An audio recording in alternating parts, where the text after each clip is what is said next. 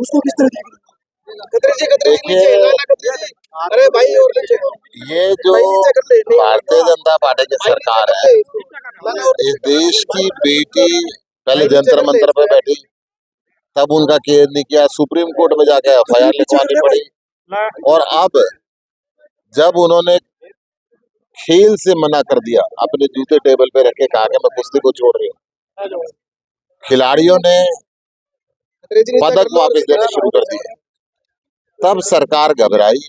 तब जाके अपने सांसद को भी उन्होंने शायद धमकाया और इसको टेम्पररीली कुश्ती संघ को सस्पेंड किया। पूरी प्रक्रिया क्या होगी तो वक्त बताएगा, परंतु बेटी बचाओ बेटी पढ़ाओ का झूठा ढोंग करने वाली बीजेपी की सरकार अब बैकफुट पे आई। सर ईडी का सामान पहुंचा था केजरीवाल के पास, उसको किस तरह देखेंगे? इस देश के अंदर लोकतंत्र खत्म होता जा रहा है। कोई संसद में सवाल पूछता है तो एक दिन के अंदर 3 दिन में 146 सांसदों को सस्पेंड कर दिया जाता है। किसी भी सांसद ने संसद में कोई बात बोली, उसका उत्तर सुने बिना परमानेंट उसको निष्कासित कर दिया जाता है। जो अच्छे स्कूल बनाए उसको जेल में बंद कर दिया जाता है, जो अच्छे हॉस्पिटल बनाए उसको जेल में बंद कर दिया जाता है। हमारे हेल्थ मिनिस्टर और एजुकेशन मिनिस्टर दोनों को बिना किसी कसूर के फर्जी केस के अंदर बंद कर रखा है। उसी फर्जी केस के अंदर हमारे सांसद संजय सिंह जी को गिरफ्तार किया, जिनका सरकार से कोई लेना देना नहीं, क्योंकि उनका कसूर ये था कि संसद के अंदर अपनी मुखर आवाज के अंदर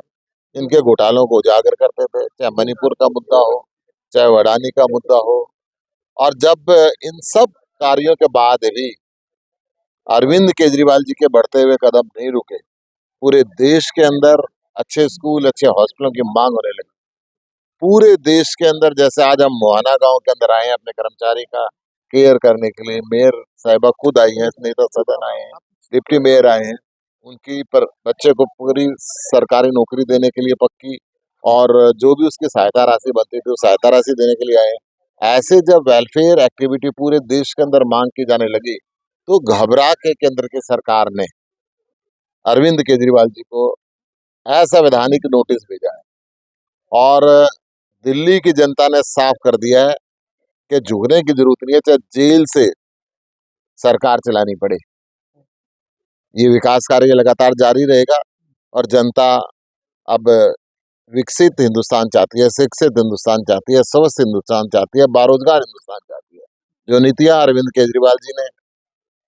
दिल्ली में अपनाई, जो नीतियां पंजाब में अपनाई, अब पूरा देश चाहता है कि वो नीतियां हरियाणा के अंदर भी और बाकी देश के अंदर। उदय भान का विवादित बयान जाना है, जाट और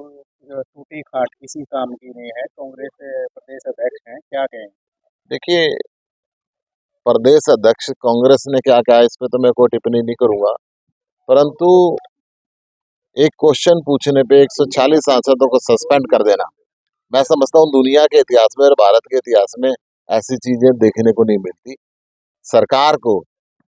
ये अघोषित इमरजेंसी जैसे कदम लगा रखी है, नेताओं को बंद करना, और फिर राज्यसभा के सभापति, देश के उपराष्ट्रपति कि पूरे देश के अंदर बीजेपी द्वारा ये मानहानि हो रही है उनकी। मैं ये कह सकता हूं कि किसी ने कोई गलती करी या सही करा एक अलग विषय था, परंतु आप उसको लेके लेके पूरे देश के अंदर जाएं